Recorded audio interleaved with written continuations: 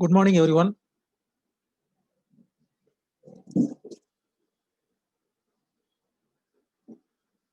ரெண்டு செக்ஷனும் சேர்த்து இன்னைக்கு கிளாஸ் இருக்கிறதுனால கொஞ்சம் வெயிட் பண்ணலாம் அப்படின்னு பார்த்தேன். ஏன்னா நிறைய பார்ட்டிசிபென்ட்ஸ் உள்ள வரணும் இல்லையா, மீட்டிங் ஹால்குள்ள வரணும். ஸோ அதனால தான் கொஞ்சம் வெயிட் பண்ணிட்டு இருக்கேன். ஸோ இன்னும் ஒரு கொஞ்ச நேரத்தில் ஆரம்பிச்சிடலாம். சரியா?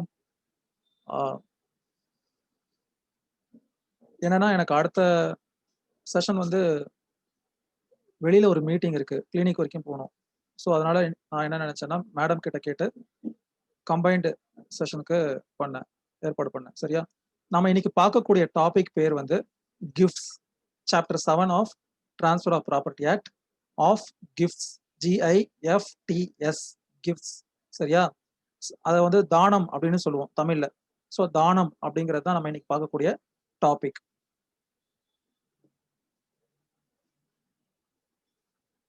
சாப்டர் 7 கிஃப்ட்ஸ் அப்படிங்கிற இந்த ஆஸ்பெக்ட் வந்து it is applicable to both movable and immovable properties. சரியா? நம்ம சேல் பார்த்தோம், மார்ட்கேஜஸ் பார்த்தோம், இதெல்லாம் applicable only to immovable property. But various gifts அப்படிங்கிற இப்போ நம்ம பார்க்கக்கூடிய சாப்டர் 7 ஆஃப் கிஃப்ட்ஸ், இந்த சாப்டர்ல வரக்கூடிய ப்ரொவிஷன்ஸ் வந்து it is applicable to both movable and immovable properties. So அது முதல் விஷயம் நீங்க ஞாபகம் வச்சுக்கணும். அப்புறம் இன்னொரு விஷயம் என்னன்னா, if there is some conflict between personal law and provisions of this chapter, which will prevail அப்படின்னு பாத்தீங்கன்னா personal law will prevail over the provisions of this chapter. சரியா? சிம்பிளா சொல்றதா இருந்தா இதுல இருக்கக்கூடிய ப்ரொவிஷன்ஸ் சில பர்டிகுலர் ரிலீஜியனுக்கு அப்ளை ஆகாது. ஃபார் எக்ஸாம்பிள் முகமதன்ஸ்க்கு அப்ளை ஆகாது, முஸ்லீம் லா ஃபாலோ பண்ணக்கூடியவங்களுக்கு ப்ரொவிஷன்ஸ் அப்ளை ஆகாது. சரியா? இது ஒரு விஷயம். இந்த கிஃப்ட் அப்படிங்கிற வேர்டுக்கான சினோனிமஸ் வேர்ட்ஸ் என்னென்னலாம் பாத்தீங்கன்னா செட்டில்மெண்ட், தான பத்திரம் தமிழ்ல சொல்லுவோம் இல்லையா, கிஃப்ட் டீட், ஃபேமிலி செட்டில்மெண்ட் அப்படின்னு சொல்லுவோம், இல்லைன்னா ஜென்ரலா செட்டில்மெண்ட் அப்படின்னு சொல்லுவோம்.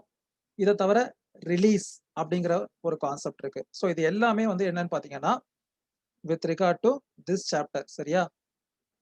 செட்டில்மெண்ட்ல 2 kinds of settlement are there. நீங்க ஏதாவது ஒரு டாக்குமெண்ட் உங்களுக்கு கிடைச்சதுன்னா நீங்க பாத்தீங்கன்னா ஃபேமிலி செட்டில்மெண்ட் டீடுன்னு போட்டிருக்கோம், இல்ல செட்டில்மெண்ட் டீடுன்னு போட்டிருக்கோம். செட்டில்மெண்ட்ங்கிறது என்னது? கிஃப்ட் தான். நம்ம யூஸ் பண்ணக்கூடிய வேர்டு வந்து செட்டில்மெண்ட் அப்படிங்கிற வேர்டை யூஸ் பண்றோம். ஸோ இப்போ அந்த ஃபேமிலி செட்டில்மெண்ட் இல்லைன்னா ஃபேமிலி கிஃப்ட், அதுக்கும் நார்மல் செட்டில்மெண்ட்டுக்கும் என்ன வித்தியாசம் அப்படின்னு பாத்தீங்கன்னா, நான் என்னுடைய ஒரு ப்ராப்பர்ட்டியை மூவபிளோ இம்மூவபிளோ யாருக்கு வேணாலும் நான் என்ன பண்ணலாம்? கிஃப்ட் பண்ணலாம். யாருக்கு வேணாலும் நான் செட்டில் பண்ணலாம் இல்லையா? அது மாதிரி பண்றதுக்கு பேரு செட்டில்மெண்ட் அப்படின்னு பேரு. நான் என்னுடைய பிளட் ரிலேஷன்ஸ், என்னுடைய அம்மா, அப்பா, அக்கா, மனைவி, இவங்களுக்கெல்லாம் பண்றோம் இல்லையா, இதுக்கு பேர் வந்து ஃபேமிலி செட்டில்மெண்ட் அப்படின்னு பேரு. சரியா? செட்டில்மெண்ட்னா என்ன? கிஃப்ட். ஸோ இப்போ நீங்க ஏதோ ஒரு டாக்குமெண்ட்டை பர்யூஸ் பண்ணி பாக்குறீங்க, உங்க ஆஃபீஸ்ல உங்களுக்கு ஒரு கிடைச்சிருக்கு. சரியா? இதை பாருங்க, இதுக்கு வந்து இது பண்ணணும், இதை படிச்சு பாருங்க, ஏதாவது சொல்லி கொடுக்குறாங்க. அதுல செட்டில்மெண்ட் டீட் அப்படின்னு போட்டிருந்தா அது என்னது? கிஃப்ட் டீடுன்னு அர்த்தம். ஸோ அதுக்கு என்ன ப்ரொவிஷன்ஸ் அப்ளை ஆகும் அப்படின்னா நம்ம இப்ப பார்க்கக்கூடிய ப்ரொவிஷன் தான் அப்ளை ஆகும். சரியா? தமிழ்ல அதுக்கு பேரு தான பத்திரம்னு பேரு. நான் இன்னொரு ஆஸ்பெக்ட் சொன்னேன், ரிலீஸ் டீட், இல்லைன்னா தமிழ்ல விடுதலை பத்திரம்னு சொல்லுவோம். அப்படின்னா என்ன அப்படின்னா அது கிஃப்டாவும் இருக்கலாம், இல்ல கன்சிடரேஷனுக்காக நடக்கிறதாவும் இருக்கலாம். It is not necessary a release deed should be a gift. Say for example, என்னுடைய அப்பா இப்போ இல்ல. சரியா? அவருடைய வீடு இருக்கு. ஸோ இப்போ யாரெல்லாம் அதுக்கு ப்ராப்பர்ட்டிக்கு வந்து லீகல் ஏரா வருவோம்னு பாத்தீங்கன்னா அம்மா, அக்கா, நானு. சரியா? தாத்தா பாட்டி முன்னவே இதுவாயிட்டாங்க. So predeceased. So as per Hindu law of succession, class 1 legal heirs யாரு? எங்க அப்பாக்கு அம்மா, I mean my mother, my sister and myself, 3 பேர் இருக்கோமா? இப்ப இந்த 3 பேர் என்ன பண்றாங்க அப்படின்னா மத்த 2 பேர், சே ஃபார் எக்ஸாம்பிள் என்னுடைய அம்மாவும் அக்காவும் தனக்கு இருக்கக்கூடிய ஷேரை, இந்த வீட்டுல 3 பேருக்குமே என்ன இருக்கு? ரைட்ஸ் இருக்கு இல்லையா? ஈக்குவல் ரைட்ஸ் இருக்கு as per Hindu law of succession. அவங்க என்ன பண்றாங்க? தன்னுடைய பாகத்தை என் பேர்ல விடுதலை பண்ணி கொடுத்துட்றாங்க, இல்லைன்னா ரிலீஸ் பண்ணி கொடுத்துட்றாங்க. அதுக்காக அவங்க கன்சிடரேஷன் வாங்கல, பணம் வாங்கல, due to love and affection அவங்க இந்த மாதிரி ஒரு ரிலீஸ் டீட் பண்ணாங்க அப்படின்னா அது கூட என்னவாகும்? செட்டில்மெண்ட் அப்படிங்கிற கேட்டகரியில தான் வரும். Release deed made for no consideration or made for no monetary consideration, but only for love and affection, even such kind of release deed would be coming under the category of gift or settlement. இந்த chapter கீழே வரும். சரியா? So அப்போ எந்த ஒரு டிரான்சாக்ஷனாக இருந்தாலும் consideration இல்லாம, monetary consideration இல்லாம லவ் அண்ட் அஃபெக்ஷனுக்கு பண்ணக்கூடிய அந்த டிரான்சாக்ஷனுக்கு பேரு கிஃப்ட் ஆர் செட்டில்மெண்ட்னு பேரு. ரிலீஸ் டீடும் இந்த செட்டில்மெண்ட் இல்ல கிஃப்ட்ல வரும். செட்டில்மெண்ட் கிஃப்ட்னா கம்பல்சரியா கன்சிடரேஷன் இருக்காது, மானிட்டரி கன்சிடரேஷன் இருக்காது. ரிலீஸ் டீட் கிஃப்டாவோ செட்டில்மெண்டாவோ எப்ப பாதிக்கப்படும் அப்படின்னு பாத்தீங்கன்னா, எப்ப அந்த பர்டிகுலர் டிரான்சாக்ஷனுக்கு கன்சிடரேஷன் மணியா இல்லாம லவ் அண்ட் அஃபெக்ஷன் இருந்துச்சுன்னா, அப்போ அந்த ரிலீஸ் டீடும் என்ன ஆயிடும், செட்டில்மெண்ட் டீடா பாதிக்கப்படும். புரியுதா? ஸோ இப்போ நான் சொன்ன இந்த எக்ஸாம்பிள்ல என்னுடைய அப்பாவுடைய அந்த ப்ராப்பர்ட்டியில 3 பேருக்கும் பங்கு இருந்தாலும் கூட மத்த 2 பேர் என்ன பண்றாங்க, தன்னுடைய பாகத்தை எனக்கு கொடுத்துறாங்க. So obviously entire 100% share in that property would be devolved on me. So அப்போ அது என்னது, gift with regard to those 2 persons if they are not receiving any consideration. புரியுதா? அதே இப்போ அவங்க கன்சிடரேஷனுக்கு வராங்க. Say for example, my sister is taking 5 lakhs from me for releasing her right in that particular property. Then it would not be considered as gift. கிஃப்டா இருந்தா கண்டிப்பா என்ன இருக்கக்கூடாது, கன்சிடரேஷன் இருக்கக்கூடாது. அப்போ இதுதான் விஷயம். சரியா? இப்போ நம்ம ப்ரொவிஷனுக்கு போவோம். ஸோ இதெல்லாம் நீங்க ஜென்ரலா தெரிஞ்சுக்கணுங்கிறதுக்காக ஃபர்ஸ்ட் சொல்றேன். கிஃப்ட்ங்கிற வார்த்தைக்கு சினானிமஸ் ஆன வார்த்தைகள் என்ன, செட்டில்மெண்ட் இல்லைன்னா தான பத்திரம். சரியா? ரிலீஸ் டீடோ இல்ல விடுதலை பத்திரமோ எப்ப கிஃப்டா கன்சிடர் பண்ணப்படும்னா, only when there is no monetary consideration. Okay, சரி. பேராக்ட் வச்சிருக்கிறவங்க பேராக்ட் எடுத்துக்கோங்க. நான் என்னுடைய பேராக்ட் எடுத்துடுறேன். Chapter 7 of gifts. ஸோ இப்போ உங்களுடைய பேராக்டை நீங்க எடுங்க. செக்ஷன் 122 மொத்தம் வந்து கிஃப்ட் இந்த சாப்டர்ல 8 செக்ஷன்ஸ் இருக்கு. சரியா? இந்த 8 செக்ஷனையும் ஒரு கிளாஸ்லயே இந்த 40 மினிட்ஸ் செஷன்லயே எடுக்க முடியும். அவ்வளவு சின்ன ஒரு டாபிக் தான். ஆனா கவனிக்கிறதுக்கும் இதுல அப்ளிகேஷனும் பாத்தீங்கன்னா ரொம்ப அதிகமா இருக்கு. உன்னிப்பா கவனிக்க வேண்டிய ஒரு செக்ஷன். ஆனா ரொம்ப சின்ன செக்ஷன். எக்ஸாம் பாயிண்ட் ஆஃப் வியூல இம்பார்ட்டன்ட் செக்ஷன். சரியா? Important chapter. மொத்தம் எத்தனை செக்ஷன்ஸ் இருக்கு? 8 செக்ஷன்ஸ் இருக்கு. Chapter 8 of gifts. செக்ஷன் 122ல ஆரம்பிச்சு 129 வரைக்கும் இருக்கு. சரியா? இதுக்கு முன்னாடி பார்த்ததுல எத்தனை செக்ஷன் இருக்கு, எக்ஸ்சேஞ்சஸ்ல எத்தனை செக்ஷன், லீஸ்ல எத்தனை செக்ஷன், அந்த மாதிரி நீங்க ஞாபகம் வச்சுக்கணும். Okay, now we'll move on to section 122. Gift defined. Gift is the transfer of certain existing movable or immovable property. First aspect. Gift is a transfer of certain existing movable or immovable property made voluntarily and without consideration by one person called the donor to another called the donee and accepted by or on behalf of the donee.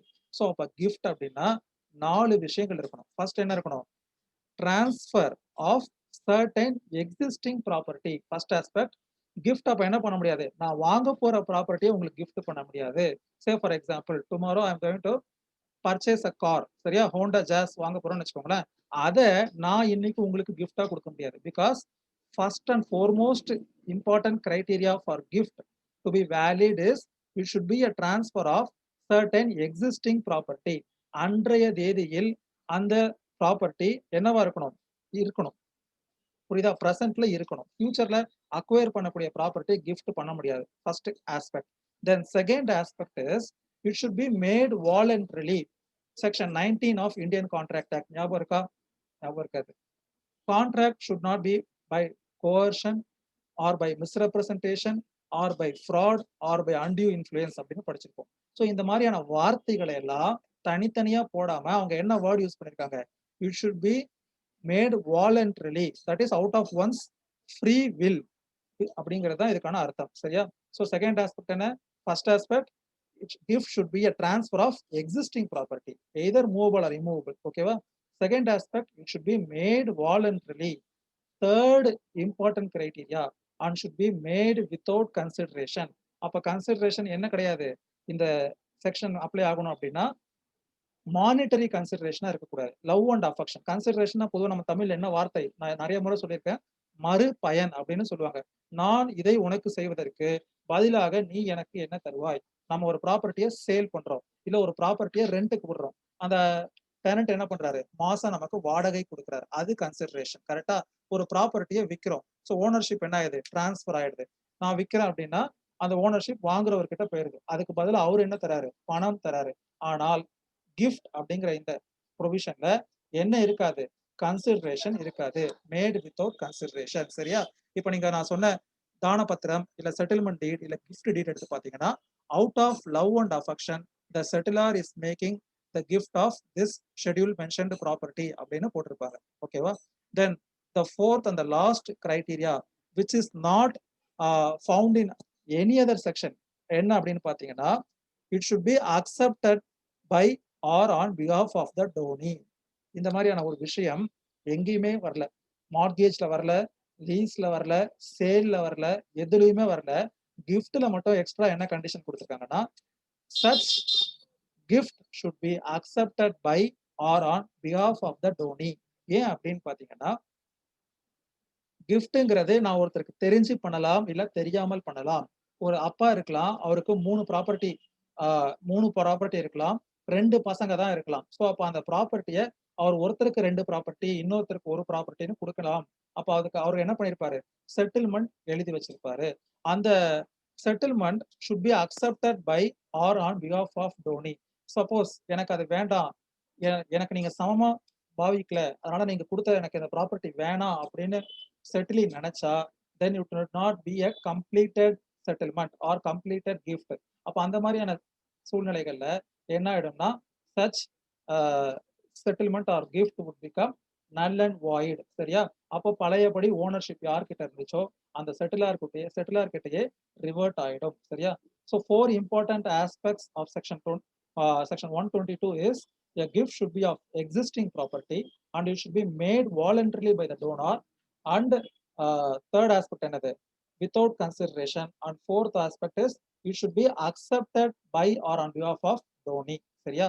Then continuance of section 122, acceptance when to be made.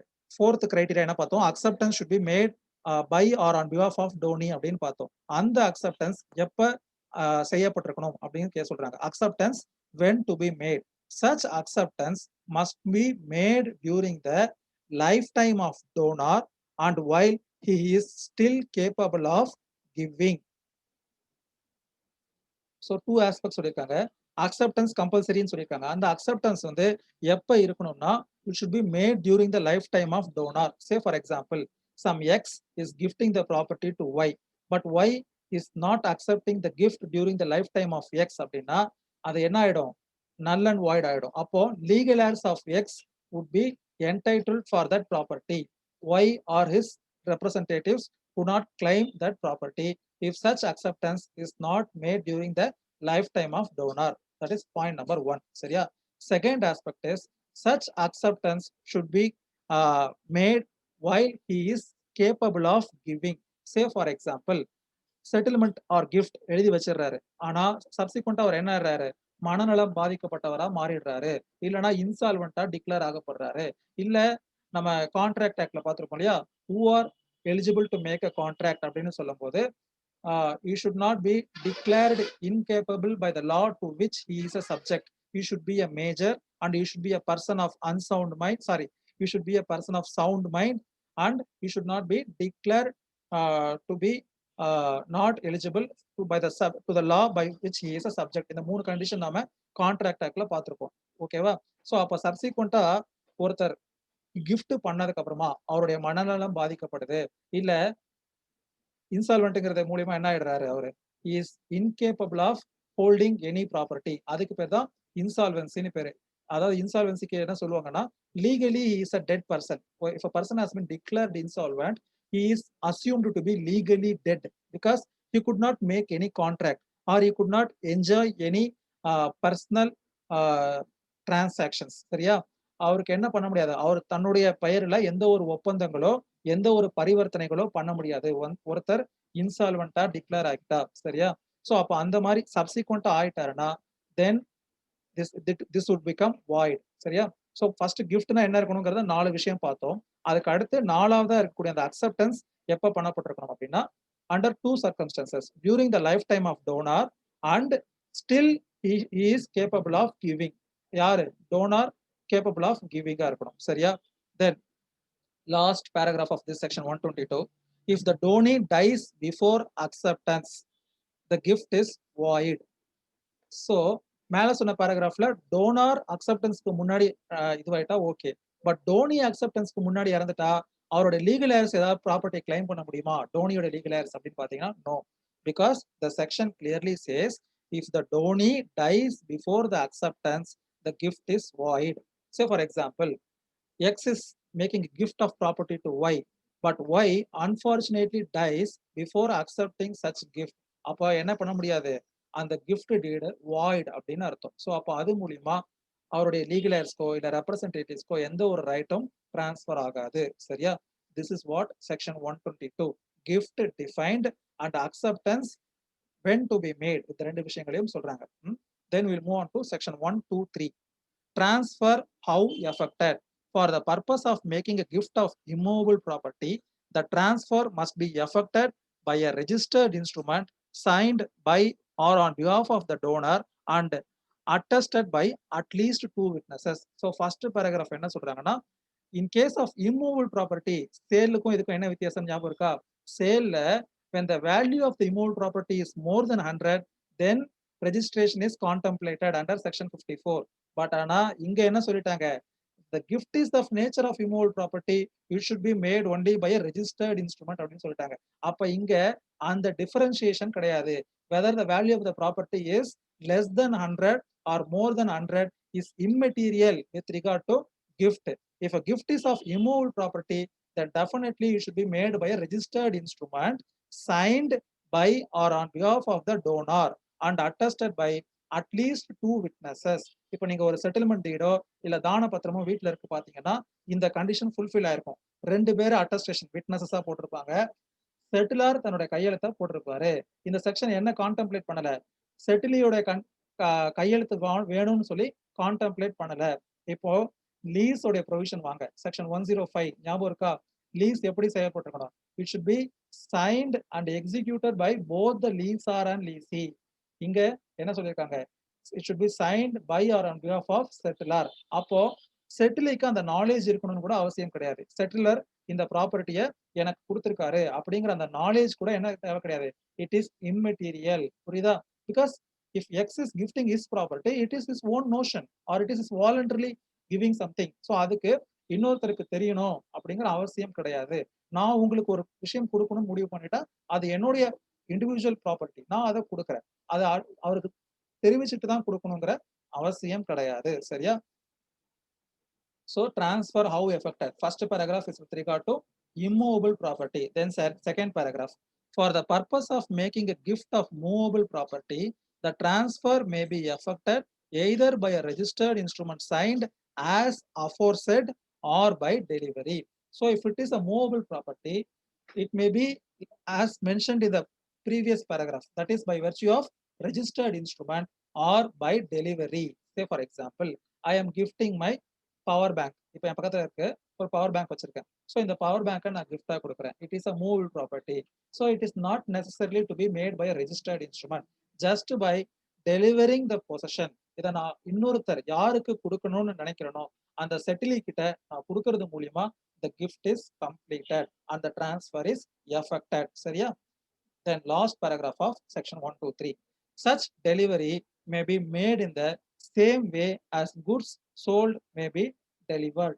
அவங்க என்ன சொல்றாங்கன்னா, sale of goods act அப்படின்னு ஒரு act இருக்கு. So அந்த ஆக்ட்ல ஒரு விற்கப்பட்ட ஒரு பண்டத்தை இல்ல குட்ஸை எப்படி டெலிவர் பண்ணணும்னு இருக்கோ அந்த மாதிரி டெலிவர் பண்ணா that is what the section says. சரியா? So it is nothing but handing over the possession. So this is what section 123, transfer how affected. With regard to immovable property, registration is mandatory, but with regard to movable property, delivery or registration is sufficient. சரியா? Then we'll move on to section 124, gift of existing and future property. A gift comprising both existing and future property is void as to the later. So section 124 is the continuation of section 122. Section 122ல first condition என்ன சொல்லிட்டாங்க, a property should be an existing property. இன்று அது நடைமுறையில் இருக்கணும், நாளைக்கு நான் வாங்க போற ப்ராப்பர்ட்டியே இருக்கக்கூடாது அப்படின்னு சொல்லிட்டாங்க. ஸோ இப்போ நான் ஒரு கிஃப்ட் பண்றேன், அந்த கிஃப்ட்ல என்ன பண்றேன்னா எனக்கு இங்கே இருக்கக்கூடிய ப்ராப்பர்ட்டி பிளஸ் நான் நாளைக்கு வாங்கக்கூடிய ப்ராப்பர்ட்டி இது ரெண்டையும் ஷெட்யூல்ல மென்ஷன் பண்ணிட்டு ஒரு கிஃப்ட் டீட ஒருத்தர் கொடுத்துருக்கேன். அப்ப அந்த என்டையர் டிரான்சாக்ஷனுமே வாய்ட் ஆயிடாது, என்டையர் கிஃப்ட்டுமே வாய்ட் ஆயிடாது. அதுக்கு என்ன பேரு? கான்ட்ராக்ட் ஆக்ட்ல எப்பயுமே கான்ட்ராக்டும் டிரான்ஸ்ஃபரும் சேர்ந்து தான் டிராவல் ஆகும். கான்ட்ராக்ட் ஆக்ட்ல அதுக்கு பேரு ப்ளூ பென்சில் ரூல் அப்படின்னு பேரு. நீங்க டைப் பண்ணி பாருங்க, கூகுள்ல சர்ச் பண்ணி பாருங்க, எந்த ப்ரொவிஷன்ல சொல்லியிருக்காங்க. கான்ட்ராக்ட் ஆக்ட்ல, இந்தியன் கான்ட்ராக்ட் ஆக்ட் 1872ல ப்ளூ பென்சில் ரூல் அப்படின்னு ஒன்று இருக்கும். ஸோ ப்ளூ பென்சில் ரூல் என்னன்னா, if some part of a contract is unlawful, that part alone would be eclipsed, similar to doctrine of eclipse under Indian Constitution or doctrine of severability under Indian Constitution. Article 13 ஞாபகம் இருக்கா?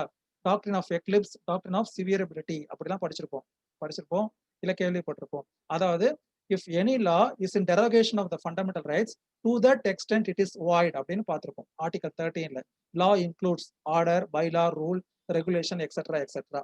So அந்த மாதிரி section 124ல என்ன சொல்றாங்கன்னா, gift of existing and future property ரெண்டும் காம்பினேஷன்ல இருக்குன்னா it is void as to the later, that is void as to the future property portion alone, it is valid as to the existing property அப்படின்னு சொல்றதான் section 124. So இப்போ இந்த section 124ல எதெல்லாம் compare பண்ண முடிஞ்சிருக்கு என்னால ஒரு சின்ன லெவல்ல ஆர்டிகல் 13 கான்ஸ்டிடியூஷனோட கம்பேர் பண்ண முடிஞ்சிருக்கு.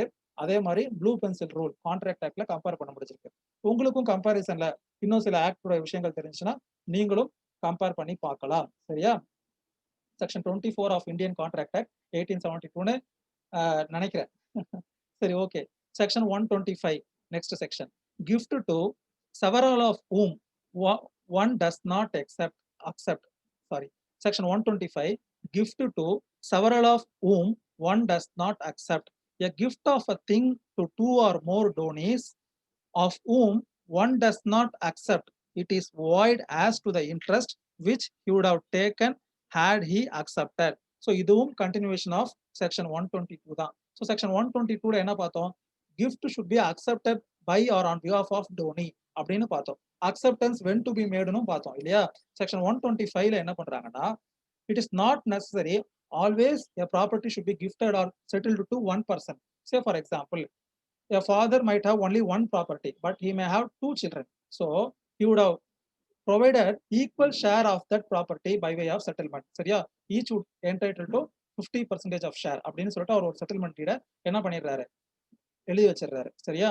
இப்போ அதுல ஒருத்தர் என்ன பண்றாரு, he is not accepting this transaction because he might not like his father or for some other reason, but other person is accepting. சரியா? அப்போ என்டையர் கிஃப்ட்டுமே நல் அண்ட் வாய்ட் ஆயிடுமா அப்படின்னா ஆகாது.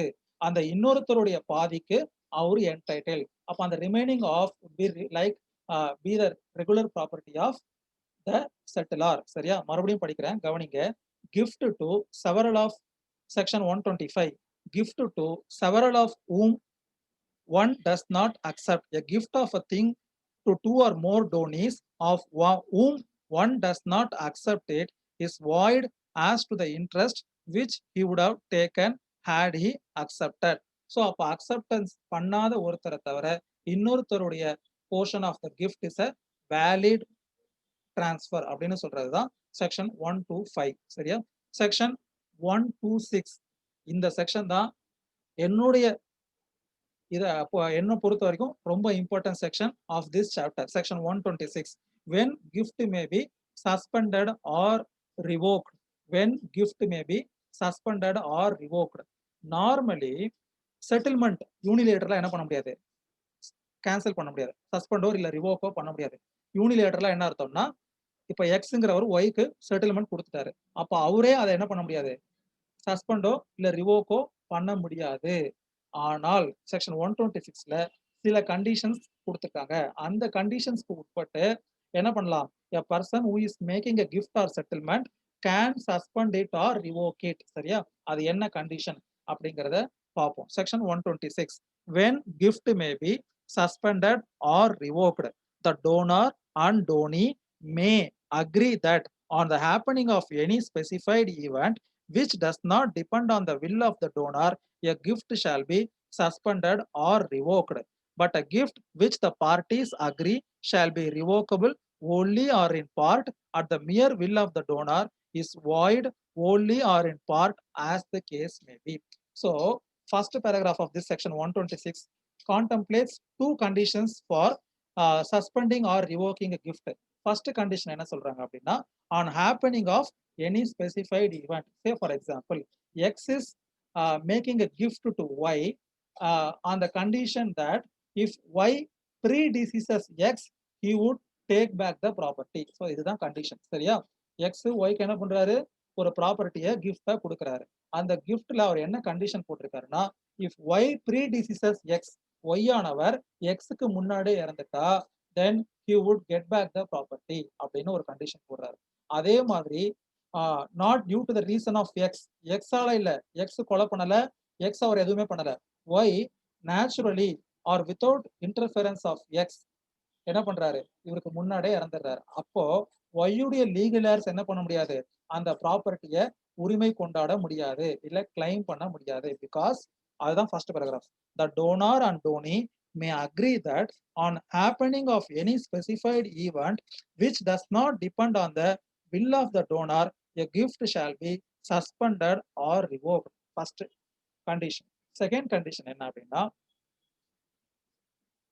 where the parties agree mutually for revocation or revocation. ரெண்டு பேரும் சேர்ந்து ஒத்து போய் என்ன பண்ணலாம், ரிவோகேஷனுக்கோ இல்ல சஸ்பென்ஷனுக்கோ அப்ளை பண்ணலாம். ஆனால் யூனிலேட்டரலி என்ன பண்ண முடியாது, அப்ளை பண்ண முடியாது. சரியா? Second paragraph.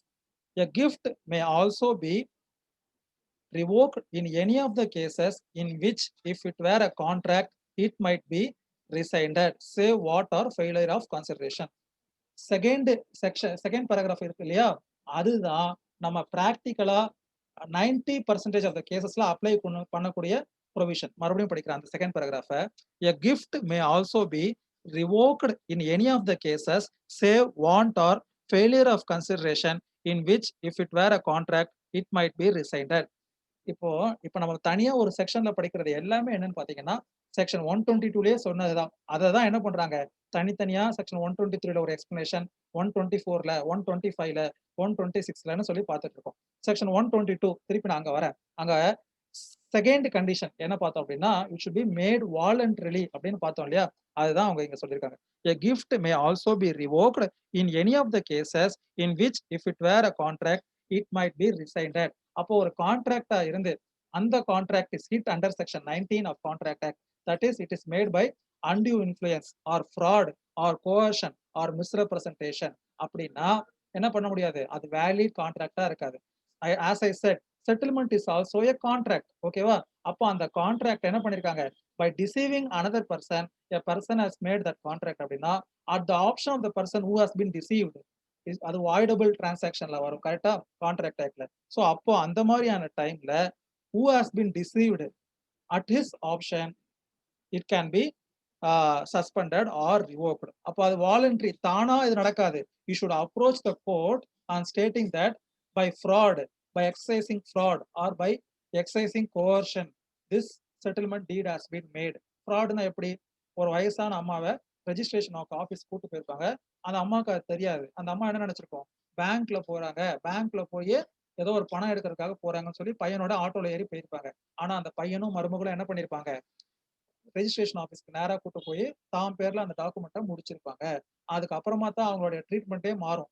அது வரைக்கும் நல்லா கண்ணியமா நடத்திக்கிட்டு இருந்த அந்த அம்மாவை என்ன பண்ணுவாங்க, ஒரு நாயை நடத்துற மாதிரி நடத்த ஆரம்பிச்சிருவாங்க. அப்போ அதெல்லாம் என்ன பண்ணலாம், you can suspend or revoke such contract by exercising this option. புரியுதா உங்களுக்கு? Because if it were a contract it might be rescinded. சரியா? இதுதான் நம்ம ரெகுலரா கோர்ட்ல நடக்கக்கூடிய டிரான்சாக்ஷன். ஒரு அம்மா என்ன பண்ணுவாங்க, ஒரு ஒரு செட்டில்மெண்ட் டீடை நல் அண்ட் வாய்டுன்னு சொல்லி அப்ரோச் பண்ணுவாங்க on the grounds stating that it is made by coercion or undue influence etcetera etcetera. இது இத மாதிரி விஷயத்தெல்லாம் நீங்க கம்பேர் பண்ணி படிக்கணும்னு நான் ஏற்கனவே சொல்லியிருக்கேன். கோவர்ஷன் அதுக்கு கரஸ்பாண்டிங் இங்கிலீஷ் லால என்ன வேர்ட் யூஸ் பண்ணிருப்பாங்க, கான்ட்ராக்ட் ஆக்ட்ல. கான்ட்ராக்ட் ஆக்ட் அண்டர் இங்கிலீஷ் லால கோவர்ஷன் அப்படிங்கிற கான்செப்ட் இருக்காது. அதே மாதிரி அங்க என்ன வேர்ட் யூஸ் பண்ணிருப்பாங்க, இந்தியன் லாக்கும் இங்கிலீஷ் லாக்கும் என்ன டிஃபரன்ஸ் ஞாபகம் இருக்கா? அங்க யூஸ் பண்ணிருக்கிற வேர்டுக்கு பேரு டியூரஸ், DURESS. இந்தியன் லால யூஸ் பண்ணிருக்கக்கூடிய வேர்டுக்கு பேரு கோவர்ஷன். அது ஒரு டிஃபரன்ஸ். இன்னொரு டிஃபரன்ஸ் என்ன அப்படின்னு பாத்தீங்கன்னா, பிரிட்டிஷ் லால duress should be made to the concerned person யாருடைய கன்சர்ன்ட்டை டியூரஸ் மூலியமா வாங்கியிருக்காங்களோ அவங்கள they should have been subjected to duress. இங்க அப்படி கிடையாது. ஒரு நபருடைய குழந்தைய கடத்திட்டு போய் அவங்கள நான் ஏதாவது பண்ணிடுவேன், இல்ல வேற ஏதாவது ஒரு வகையில பண்ணாலும் கூட that all amounts to coercion under Indian law. But under English law you should be a duress directly felt or forced upon the person who has been subjected to duress. அது ஒரு விஷயம். அதே மாதிரி undue influence. அது என்ன ஞாபகம் இருக்கா? undue influenceனா யாரு? Due to their dominant position, they are controlling the will of another person. அதுக்கு பேர் தான் undue influenceனு பேரு. சிம்பிள். சராசரி நம்ம பிராக்டிகலுக்கே வருவோம். நம்ம கான்ட்ராக்ட் ஆக்ட்ல ஒரு எக்ஸாம்பிள் படிச்சிருப்போம். என்ன படிச்சிருப்போம் ஞாபகம் இருக்கா? எனக்கு கேஸோட பேர் ஞாபகம் வரல. ஒரு கிறிஸ்டியன் மிஷனரியில ஒரு ஒர்க் பண்ணிக்கிட்டு இருக்க நன்னுடைய சுப்பீரியர் என்ன பண்ணிடுவாங்க? They would have made that person to keep some property on her name. So it is an undue influence due to the dominant position that she is the superior of that missionary. She is made that contract அப்படின்னு சொல்லிட்டு court declare பண்ணிருப்பாங்க. நம்ம நடைமுறை லைஃப்ல undue influence எப்படி இருக்கும்னா, ஒருத்தர் இன்னொருத்தரை சார்ந்து தான் வாழ்றாரு. நீ தான் எனக்கு அடுத்த வேளை சாப்பாடே நான் உங்ககிட்ட தான் எதிர்பார்த்துட்டு இருக்கேன். அப்படி இருக்கக்கூடிய ஒருத்தர் ஒரு விஷயத்த சொல்லும் போது இன்னொருத்தரால என்ன பண்ண முடியாது? தட்டி கழிக்க முடியாது. ஸோ அப்போ அந்த மாதிரி பர்சனோடுக்காக ஒரு கான்ட்ராக்ட் போட்டிருந்தா then it is presumed that undue influence is used. சரியா? ஒரு மேனேஜருக்காக ஒரு ஒரு பியூன் போடுறது இதெல்லாமே ஒரு undue influence அப்படிங்கிற கான்செப்ட்ல வரும். சரியா? ஸோ இது எல்லாமே வந்து என்ன கிடையாது, எக்ஸாஸ்டிவா சொல்லிட முடியாது. இதெல்லாம் தான் undue influenceல வரும், இல்ல இதுதான் ஃப்ராடு, இல்ல இதுதான் மிஸ்ரெப்ரசன்டேஷன் அப்படின்னு சொல்ல முடியாது. It is all the duty of our imagination to make that particular case fit under some pigeonhole. அப்பதான் நம்ம அந்த கேஸ் சக்சஸ் பண்ண முடியும். சரியா? Then save as aforesaid, a gift cannot be revoked. So அப்போ அந்த மேல சொன்ன 3 விஷயங்களை தவிர வேற எந்த ஒரு விஷயத்துக்காகவும் கிஃப்டை ரிவோக் பண்ண முடியாது. என்ன 3 விஷயங்கள்? ஃபர்ஸ்ட் ஆஸ்பெக்ட்ல on happening of some event which is not under the control of donor. First aspect. Second ஆஸ்பெக்ட்னா where both the person mutually agree upon. Then the third criteria is when if it is a contract under the circumstances in which way it can be resided. அப்போ அந்த மாதிரியான ஆஸ்பெக்டா இருந்தா ஒரு கிஃப்டை என்ன பண்ணலாம்? சஸ்பெண்டோ revoke பண்ணலாம். அதை தவிர வேற எந்த ஆஸ்பெக்ட்லையும் பண்ண முடியாது. சரியா? Last paragraph of section 126. Nothing contained in this section shall be deemed to affect the rights of transferees for consideration without notice. So this last section protects the bona fide transferee without consideration. Bona fide transferee for consideration without notice. அதாவது இந்த செட்டிலாருக்கும் செட்டிலிக்கும் இந்த மாதிரி ஒரு dispute போய்கிட்டு இருக்கு with regard to suspension or revocation அப்படிங்கிறது தெரியாம அவர் என்ன பண்ணிடுறாரு? Say he might not know the happening of some event. Say for example, அந்த செட்டில்மெண்ட் இல்ல எக்ஸ் ஒய்க்கு ஒரு ப்ராப்பர்ட்டி கொடுக்குறாரு, ஒய் இறந்துட்டா அது இவருக்கு வந்துடும் தெரியுது. பட் ஆனா ஒய் இருக்காரா இல்லையாங்கிறது இவருக்கு தெரியல. And head obtained it for consideration. அப்படின்னா இவருடைய ரைட் என்ன ஆகும்? ப்ரொடெக்ட் ஆகும் அப்படின்னு சொல்றாங்க. சரி, நம்ம இந்த செக்ஷனை பத்தி டீடைல்டா அடுத்த செஷன்லயும் நம்ம பார்ப்போம். சரியா? ரொம்ப டைம் கம்மியா இருக்கு. ஸோ நான் உங்களை அன்மியூட் பண்ணல. நெக்ஸ்ட் இதுல இந்த 126 முடிகிற ஆரம்பிச்சு அடுத்து இருக்கக்கூடிய 2 சின்ன சின்ன செக்ஷனையும் பார்த்துடலாம். ஓகேவா? So thank you everyone for your patience. Have a good day.